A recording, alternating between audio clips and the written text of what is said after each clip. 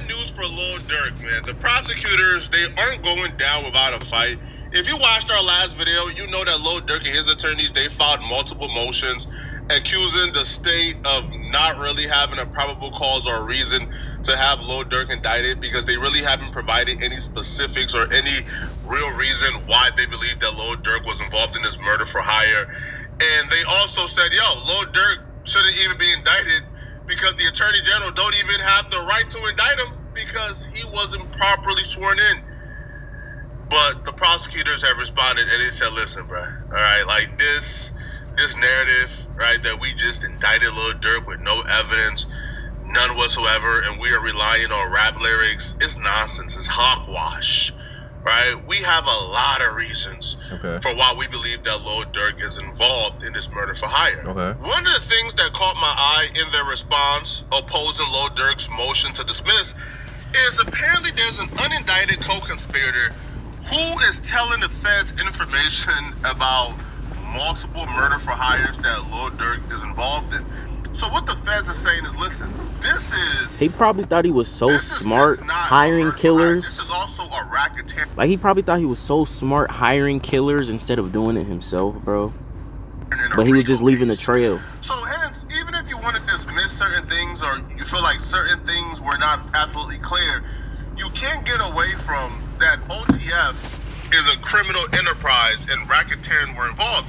And one of the instances they're trying to prove that racketeering is involved here is apparently, right, the affidavit further stated that, well, confidential witness 1 provided information about shootings and other overt actions that OTF members and associates took to commit violence on behalf of OTF. This is where racketeering comes in. So even if Lil Durk is found not guilty of the murder for hire, what is racketeering exactly? The affidavit then provided a specific example Let me of look it up right racketeering now. activity in which defendant banks and other OTF members participated. We always hearing about a RICO, racketeering, all this nonsense. Like, who actually knows what racketeering is? Hold on, bear with me. Give me 2 seconds, 2 seconds, 2 seconds. It's loading up, it's loading up. It's loading up, y'all. Hold on. Racketeering is a pattern of illegal activities such as extortion, bribery, fraud, committed to obtain money or property through an organized criminal organization. Okay. So it's just... Okay, so racketeering is just pretty much making money untaxed, making untaxed money as a criminal organization. Okay. Specifically in Atlanta, put it in simple terms for me. Shootings in which defendant Lil Durk and King Von were both charged with attempted murder. Dang, and it has to be within a 10-year period. But then it gets worse, bro. 10-year period? I don't know. Yeah, you're if done. the unindicted co-conspirator is adding some sauce to it, but that boy told the feds that Lil Durk caught a hit on 6 people. And they would say he provided them credible information about the 6 hits that Lil Durk asked OTF members to commit.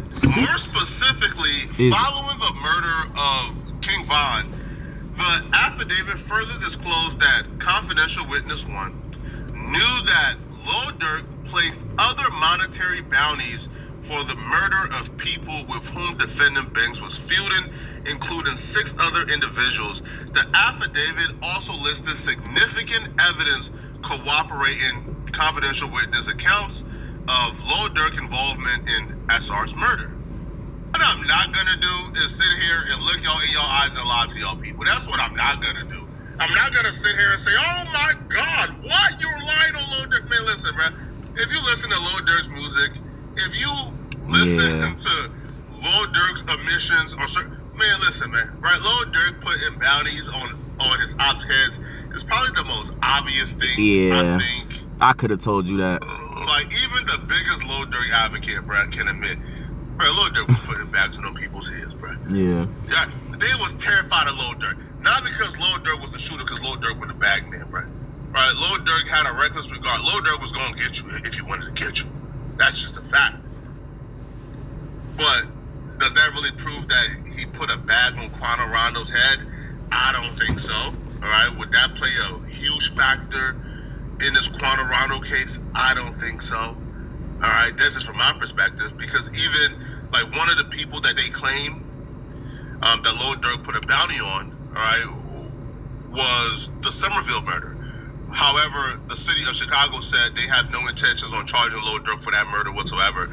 So a lot of these things, to be honest, bruh, is to kind of paint the RICO picture. But I don't know, bruh. All right, if you don't have the murder for hire, because there are a couple of things you must prove to prove a RICO, right? I believe things like arson is, arson and a murder, or right, like there's various statutes, and you have to prove 2 of those for it to be considered a RICO. The murder for hire is just one of those statutes they have to prove, and then something else for it to be a RICO. So I don't feel like they would have enough for the RICO per se. Now the murder for hire to me is 50-50. It could go anyway. Now, one of the things that Lil Durk did say in his motion to dismiss, he says, listen, Your Honor, all right, they brought faulty evidence to the grand jury. They told the grand jury that I dropped a song where I'm admitting to my involvement in the Quando Rondo Lil Pop murder. Okay. And this song that they provided to the grand jury is actually a song that I made months before Quando Rondo's cousin Lil Pop's murder. Okay. So because they're providing these affidavits, this is defamatory, it's false, and it must be thrown out. Well, the prosecutors told Lil Durk, bro, you don't think we slicker than that? You don't think that we slicker than... Yo, you think we make all this money? You think we've been doing this and indicting criminals for this long? Let me know. Think that we will slip up like... No, bro, no. Durk, we are experts. Experts in semantics, Lil Durk. So the prosecutors responded, and I'll be real, bro. Reading this made me mad, man. Because you could tell they know what they're doing and they're being slick with it. Lil Durk and his attorneys had a very big issue with this excerpt from the affidavit. They will say, this is false. This is a false statement.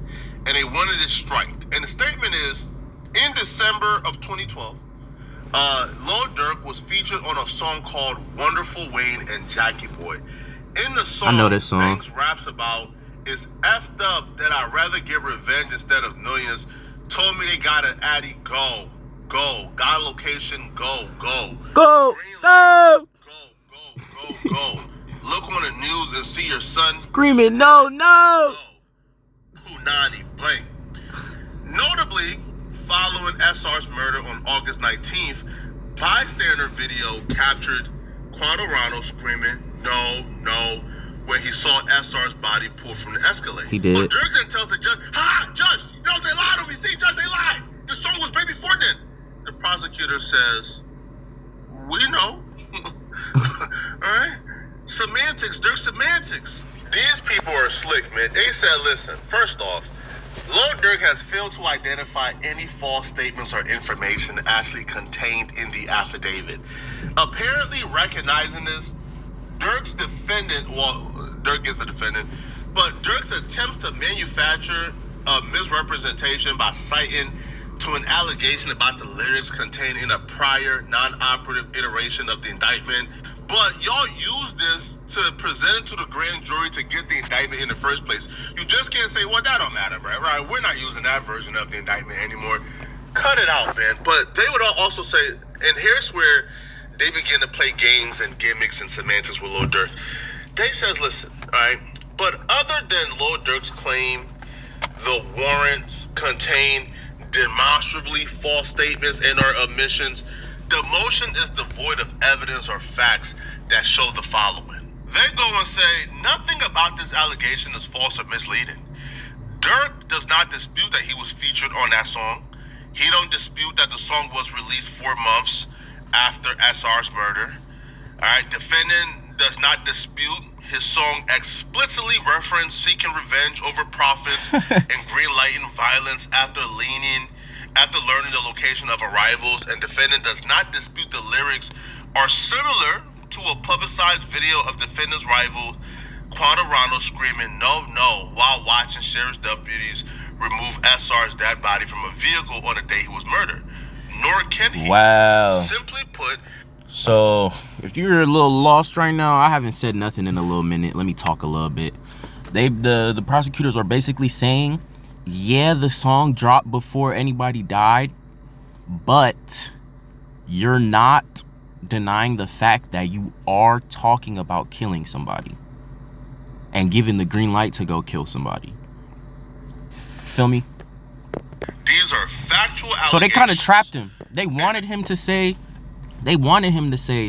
oh, they can't say that. This song is only 4 months old. That never happened. They wanted him to say that. They wanted him to say that instead of, because they knew he wouldn't. There's nothing he could do when he's already put the music out there. He can't say he didn't mean that. Like, oh, I wasn't about to, like, you feel me?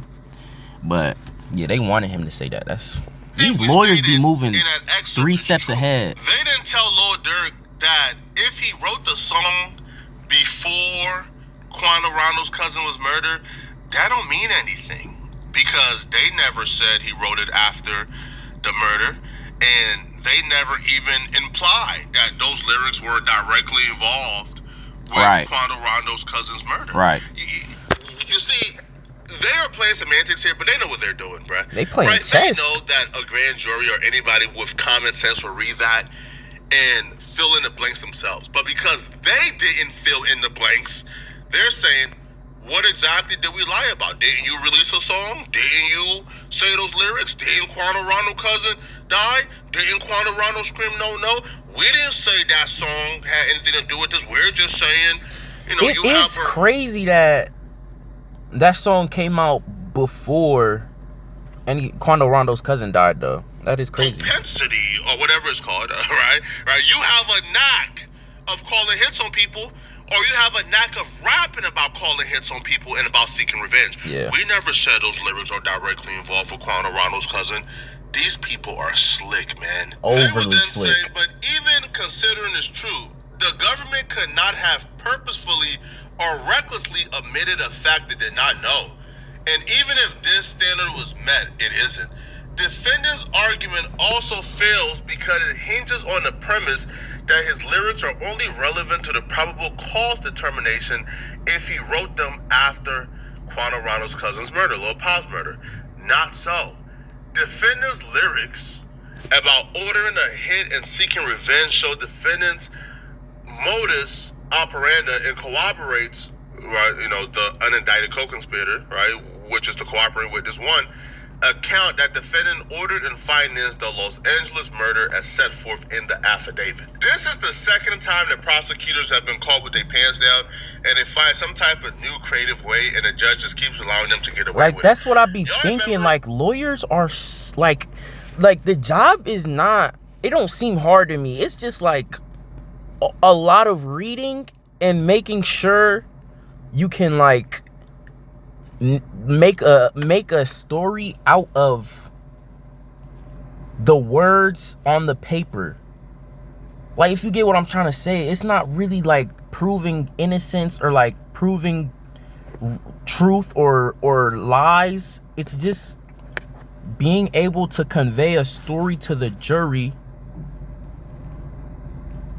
Yeah, literally being able to convey a story to the jury. Can you, the defending lawyer's job is to convey a story to the jury that the person being accused didn't do nothing.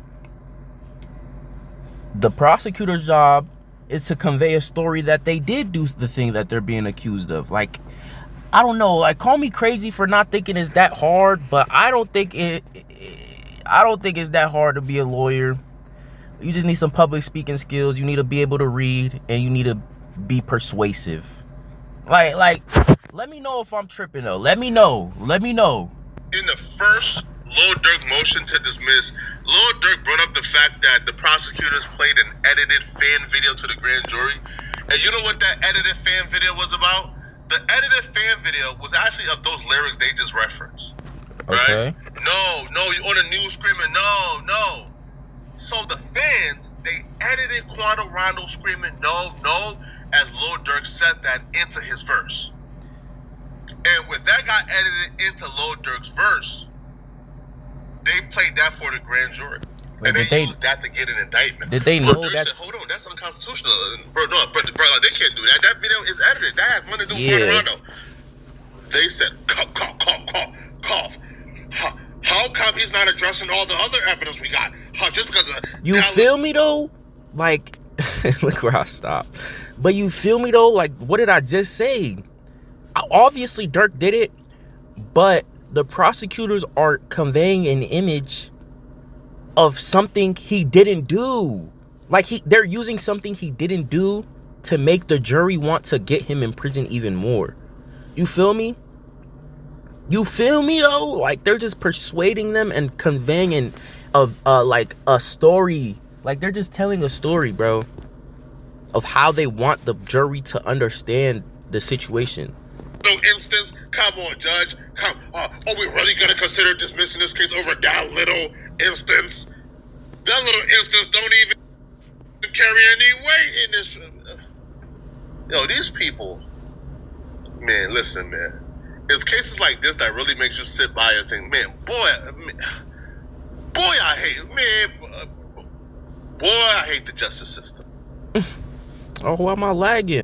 Boy, I hate the justice system. All right, we back. It's things like this that really make you sit back and say, man, I hope I don't ever get in the crosshair of the justice system, bro. Literally. Like, I don't want nothing to do with that. I don't want nothing to do with cops. I don't want nothing to do with lawyers. I don't want nothing to do with a jury. They're going to find a way to get you. At they all. Want you. Okay? Now, one of the most interesting things about this, though, they're treating Lil Durk's, like, murder case as if Lil Durk is, like a part of, like, the crime mob. So, I mean, like, they're requesting that the jury remains anonymous. That Lil Durk and them don't even get to see who the jury is. Right, during trial. Now, is that crazy? Is usually reserved is that crazy though? This is a guy who is on trial for hiring murders. Like, is that crazy for real? It's a trial, I don't know, for like a cartel boss. Like, if Al Chapo is at trial, the jury is anonymous. You know why the jury's anonymous? Because Al Chapo got an international crime network that will get you murdered for playing or for voting him guilty. Right. So the fact that they're now trying to get an anonymous jury is like, huh? What? I mean, I get it. That rich? Y'all think Lil Durk is really gonna murder the jury? Like, y'all think Lil Durk is that cutthroat? Who knows, obviously, bro? They don't think that. Obviously, they know there's a difference between Lil Durk and Al Chapo. They're doing this because they're playing whatever game they can play to create implicit bias when it comes to law. What am I telling you guys, bro? Like, they're just trying to create an image or a story, bruh. I'm telling you. If the jury is being told they're being held anonymous because their life is in danger, what do you think is going to happen? There's going to be implicit biases already built in from day one of trial. We got to hide our faces because this man is that dangerous? Of course he did it. This is not right, man. This is not cool at all, man. Hey, but man.